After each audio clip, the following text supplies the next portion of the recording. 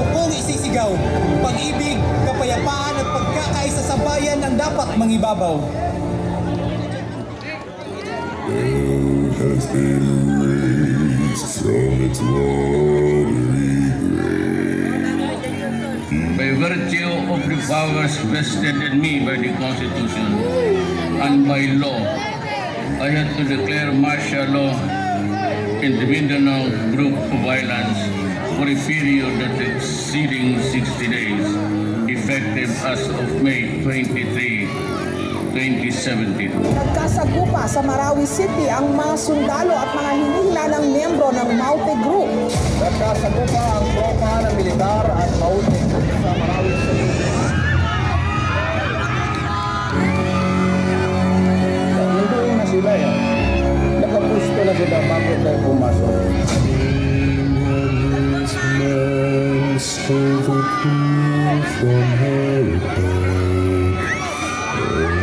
Hindi agad naunawaan ng mga residente na may malaking pag-ataking gagawin ang Maute Group sa Marawi City.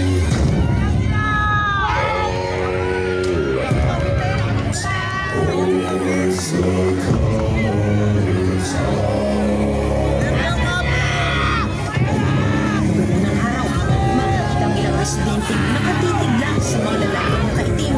Ang iba, sige lang sa pagbiyahe. I am ordering you to crash. Walang stop.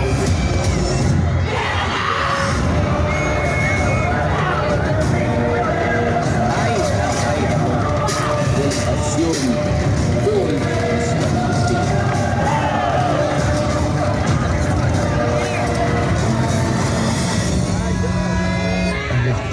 Babalik na si Papa sa Marawi.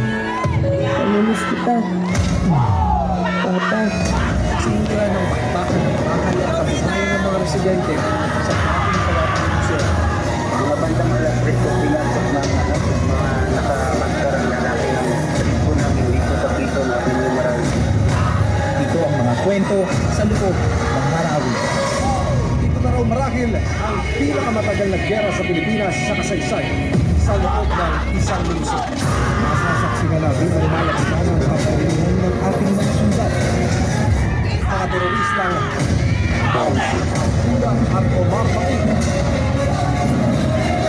Lahat nagtatanong, matutuyo ang pahayaan kung lahat walang kapisang bakbakan. Itigil na ang ingay. Tama na ang tuturan. Itigil na ang dumaan. I will not talk anymore kasi marami na ang sundalo na patay.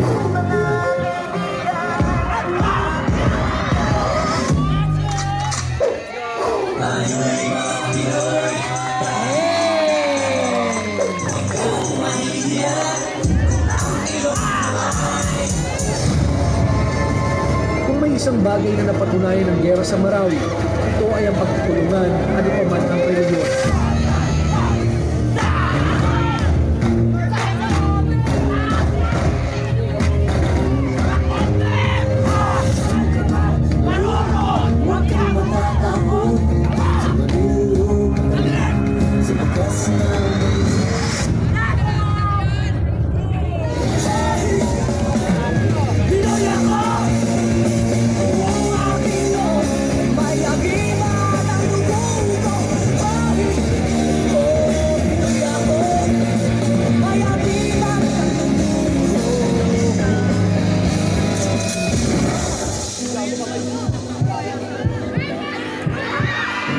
Papa, sinulat ko to para sabihin. Bukas po ay makakagraduate na po ako. Kaya po ang magsabit ng medalya ko ha. Hihintayin ko po kayo.